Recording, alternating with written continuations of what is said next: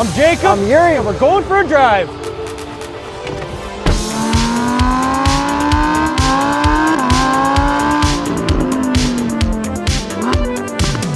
'20 Audi R8. V10 performance with launch control. Oh my God, this is fast.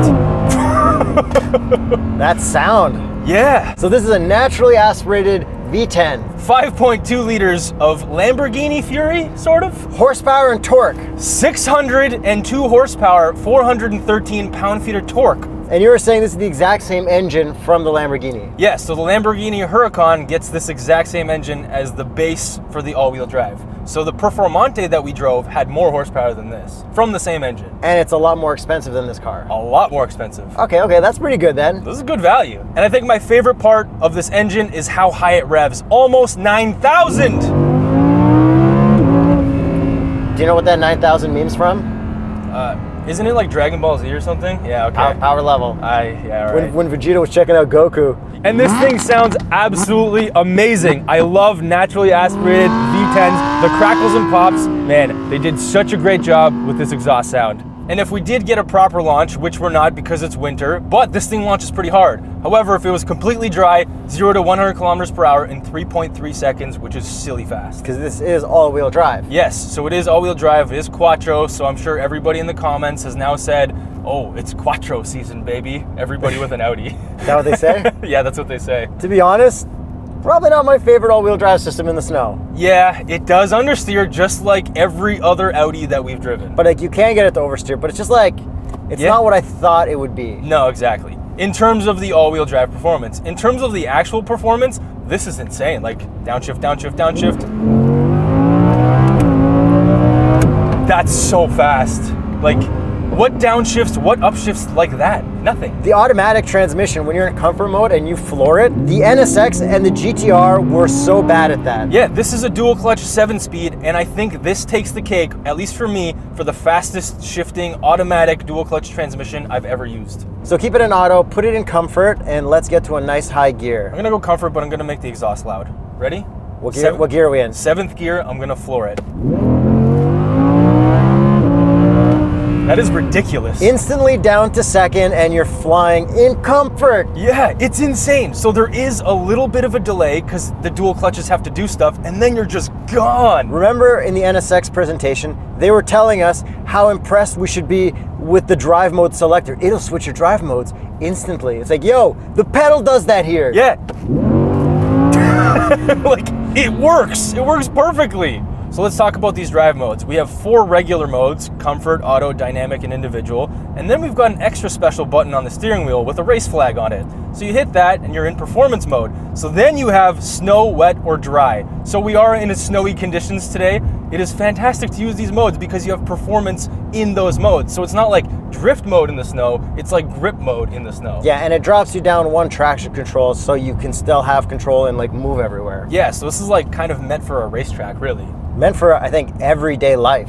This is definitely an everyday supercar. Because how many racetracks are going to be in snow? Yeah, well, you can go to Toronto Motorsports Park in the winter, and that would probably be a lot of fun to drift around there. And I noticed that the shifting gets crazy fast in the performance mode. So, like, right now I'm in performance, so let's just listen to this. That's beyond lightning. Is that faster than the GT2 RS? I think so. Like, I said that I think this is faster than a PDK in any other auto. Like, listen to this. There's no delay from the nothing. click. The click happens the same time as the engine. Just shockingly good. So before we get into the looks, today's sponsor. Pelote Shoes. They are back with another 15% off coupon code. Good until December 31st. They have a bunch of new styles like the Apex, the Avenue, and my favorite, the Endurance, has made a return. And now the Endurance is available in black, and I think they look awesome. And with the holidays coming up, they make a great gift for someone else or maybe yourself. So make sure you check out pelote.ca and pelote.com for 15% off your order. Good until December 31st. Straight Pipes 15% off your entire order. Floor it. Ridiculous.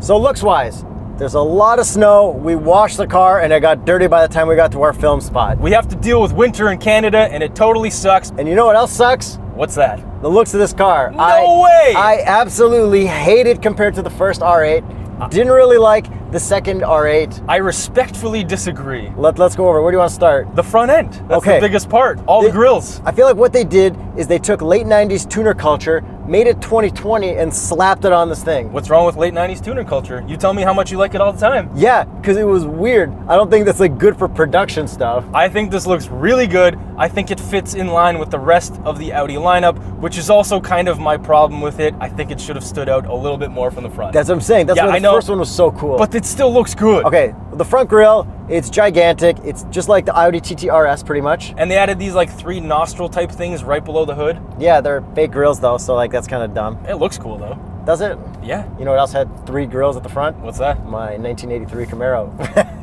All right. Then we've also got some fake grills on the sides too, which I guess is cool if you want to add a bunch of grills. You seem to be mentioning fake grills a lot. Does that upset you? It's just like, why? I think it looks cool with them. Even on the very back. Okay, the back one at the top kind of sucks. It like goes all the way across, but then it's real grills on the side.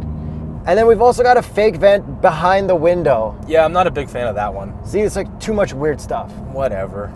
Let's get back to the front. Yeah.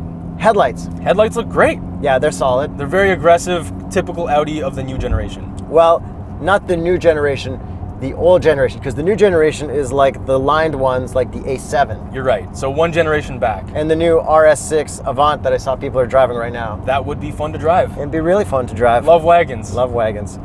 Okay, and what I don't like about the front end of this R8 compared to the first R8 and then the first redesign, there's a gap from the headlight to the grille below it.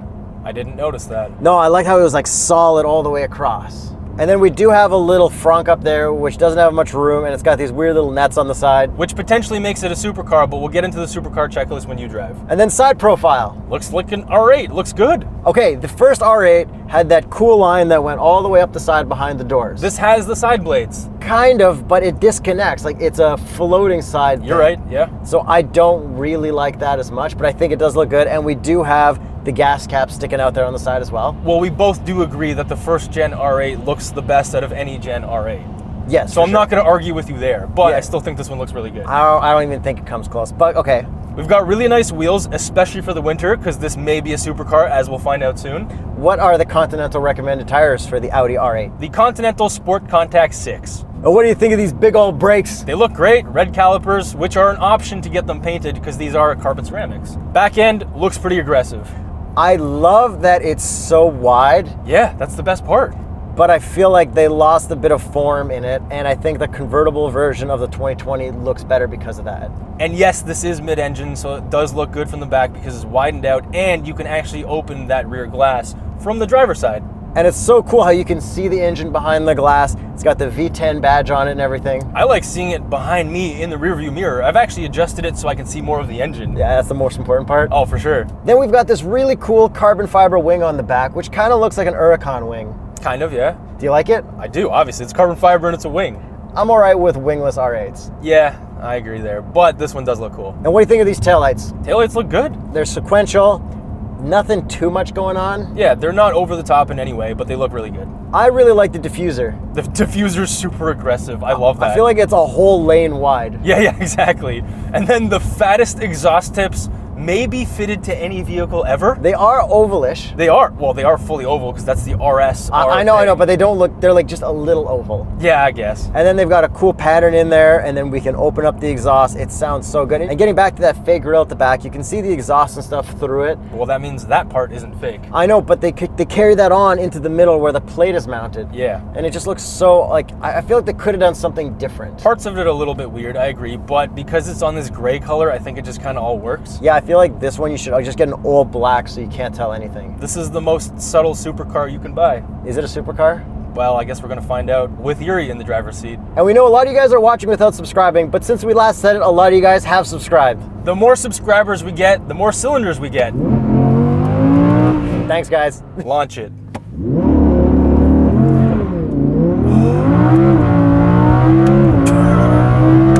Oh my God.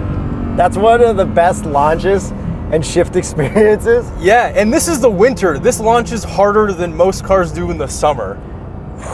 Yeah. Okay, supercar checklist. Is it fast and is it loud? Yuri? Yes and yes. Yes. Can it fit a box? Let's find out. Thanks to our box test patrons, we're gonna try one box. Total fail, but supercar pass. However, it fits one lid. So that's a supercar pass because it totally failed. Visor test. That's a fail. Pass. That's a total supercar pass. Cup holder. Let's find out.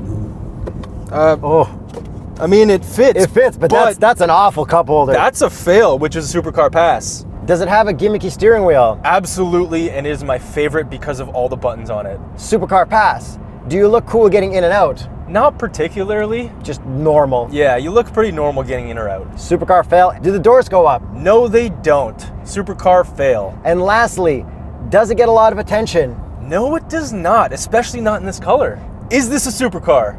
I think it's a subtle supercar, and I think it has to automatically get a supercar pass because of V10. Yuri, floor it. Yeah, this is a supercar. This is a supercar. The most subtle supercar you can buy, almost tied with the NSX. Make it the title of our film. Get it? Yeah. Top Gear always says everything's a film. Yeah. So since this is a supercar, big shout out to Audi for actually putting supercars on the road in winter. Shout out!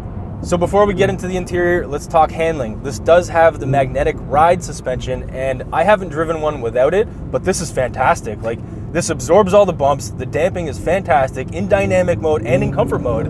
It's just really easy, kind of like the RS5 was. Yeah, exactly. Like, this feels like a really good daily, just like the NSX.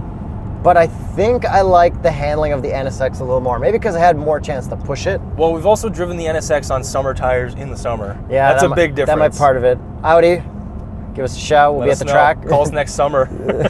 Does the steering feel weird at all or anything? Not a single weird thing about it. Exactly. It feels so normal. It turns in exactly how you want it to. It's very predictable. And the steering wheel is like very light. Like you're not going to get tired driving this thing around. It's not heavy or anything. Even in dynamic mode, it's still relatively light. It's nothing like a BMW in BMW's stiffest mode. And you don't lose any feel in it. No, you don't. So remember on the RS5 Sportback, I said I didn't like the damping in dynamic mode. It felt bouncy. Yep. This doesn't feel bouncy. This means that they got it right, and I still think that they screwed it up on the RS5 Sportback. Oh, and one crazy stat that I'd like to share because I saw it on the website when I was researching this car, 50% of the parts from this car are shared with the GT3 LMS race car. You should have added that to the supercar checklist. I guess. Does it have race car parts in it? Okay, so now let's dig into this interior, and the most noticeable thing, we've got a TTRS in here. Oh, I was gonna say that it's red, but let's start with the TTRS-ness. All right. We've got no infotainment screen. It's built into our gauge cluster, which kind of gets me thinking, so did the Huracan. So it's the old style Audi infotainment. It's not like the new A7 and the Lamborghini Urus. Yeah, it's one generation back. Super easy to use once you realize you do have a rotary wheel down here at the bottom and all your buttons. I caught myself using the steering wheel buttons to control the infotainment, and I just confused myself, and I was like, oh yes, thank God this exists. Pretty much exactly like the Audi TTRS, but a couple more buttons on the steering wheel. And we do have Apple CarPlay, Android Auto. No rewinding satellite radios, but I know that's coming up in newer Audi, so I'm okay with that. But the R8 is not getting a refresh generation. Like they said, the R8's done. Yeah, so I guess you need to go buy a first gen R8. Then we've got 3 knobs right here for really easy climate control. We've got heated seats. We've got traction control buttons right here and parking assist buttons, all that stuff. We also have wireless phone charging, which is really nice. We only have a reverse camera. It shows up in the middle of the gauge cluster. We don't have a 360 camera, but we have 360 radars, and the image for the 360 radar is the R8 with the mid-engine showing. Yeah, so you can actually see the engine right there, which is super Always cool. a reminder. Exactly, I love it. So then we do have a normal shifter, but up for up, down for down in an R8. Yeah, well, you just use the paddles. However, what are the paddles made out of, Yuri? Plastic. So as we were hoping wasn't true when we drove every other RS, this does have plastic paddles. And the new RS6 and stuff has metal paddles, but there's not going to be a new R8, so But redeeming quality, I have never shifted an automatic transmission faster than I have with these paddles. Yeah, I know, it feels great. It's does. It's just one of those little things. Yeah. But speaking of one of those little things, do you feel kind of like this should have a newer infotainment? No. Like, don't you kind of hate the idea of a brand new 2020 vehicle with this older gen infotainment? I personally don't. Like if you got a new Pixel and it had Android KitKat or whatever those things are called. That would be terrible, but that's not the right analogy. That's kind of the same. You know what I mean? It's like, yo, we're giving you a really good phone.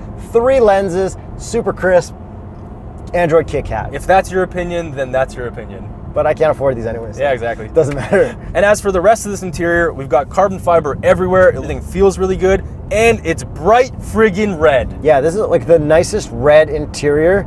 All the plastic matches all the materials perfectly. The actual color of the red that they picked looks amazing. And that the amount they included, like if they added a little more, I think it'd be too much. I would like it, but I agree it would kind of cheapen it. Yeah, maybe one red stripe. Yeah, like at the glove box or something. And I do really like for such a high-end sports car that there's no infotainment popping up. I see what they did. I see why you're more driver focused. Without that there, I don't want to fiddle with anything. I kind of just want to drive it. The whole like cockpit area is all driver focused. Like it's all about the driver. I feel like I'm just a peasant on this side. Well, you are just a peasant right but now. Like a cool peasant because I'm in an R8. And then as for interior storage room, really not much. Nothing really. The Porsche 911 Speedster, for being a convertible, had more room than this. Yeah, but I do have a lot of headroom in this, which I did not have a lot of headroom in the Huracan Performante, but that was the Spider. So now the seats. Seats are super comfortable. They're very comfortable. They've got a nice quilted pattern on them. However, there are no memory seats. Yeah, that's pretty much the worst part. I guess if you want a dailyable supercar that other people can drive as well because it's so dailyable, having memory seats is a must. I kind of agree. As much as it's like the weirdest thing to agree on, yeah, this kind of needs it because it's so dailyable. And here's another off-topic memory seat rant. I think every memory seat setting should automatically adjust the steering wheel if it's electric and the mirrors, especially the mirrors. Oh, absolutely. There's nothing worse than like, I'm in my seat. It's like, I can't see anything. Yeah. Rant over. Is there anything else you'd like to talk about? Yes, one more thing. Okay. In that Iron Man movie, Tony Stark introduced the R8 to the world. Remember that? Yeah, I do. And he also kind of introduced the NSX as a convertible in another movie. Really? So Tony Stark was about the dailyable supercars. All right, yeah, that makes sense. I just wanted to add that in there. Okay, thank you. So now that we've confirmed that this is 100% a supercar, let's find out if this has a supercar price. Hit me with it. The R8 starts at $188,400. Canadian. That has 70 less horsepower than the V10 Performance, which we are in. The V10 Performance starts at $220,400. Canadian. And this one is $240,385. That's a lot of money. So that's pretty much the same price as a new Acura NSX. Exactly. But compared to a Lamborghini Huracan. Okay, so if you were to get a Huracan in all-wheel drive spec, it's a lot more expensive. However, in rear-wheel drive spec, it's pretty much around this price. Which is probably a lot more fun, but I guess people who want all-wheel drive for dailyable stuff need all-wheel drive for dailyable stuff. Exactly. So I don't think they're actually being cross-shopped, but I could be wrong. And you were saying that the Acura NSX is different because it's going to get a whole bunch more fuel economy. Yeah, exactly. So I think that technically makes it the better daily supercar because of the gas mileage. They're both just as fast as each other pretty much. And I think I'm a little jaded because I like the first R8 so much more than this one. I would have to go Team NSX for a daily driving supercar. For a daily driving supercar, I agree, but I still think I like this car more just because that V10 5.2 liter naturally aspirated gem right behind my head. Maybe if this was a convertible. Yuri, floor it for me. It's hard to argue with that. No, it is really hard to argue that, and I think I'd be even harder if it was a convertible. I would love to try that. I think that could sway me from Team NSX. Let us know what you guys think in the comments. Do you have an NSX or an R8? Which one did you pick and why? And if you didn't, which one would you pick? So for those 3 people who actually can answer that question, don't forget to subscribe, hit the notification bell. Check out patreon.com/thestraightpipes, join our YouTube membership, check out Teespring, and check out Peloti.ca and Peloti.com for 15% off your entire order until December 31st, Straight Pipes 15.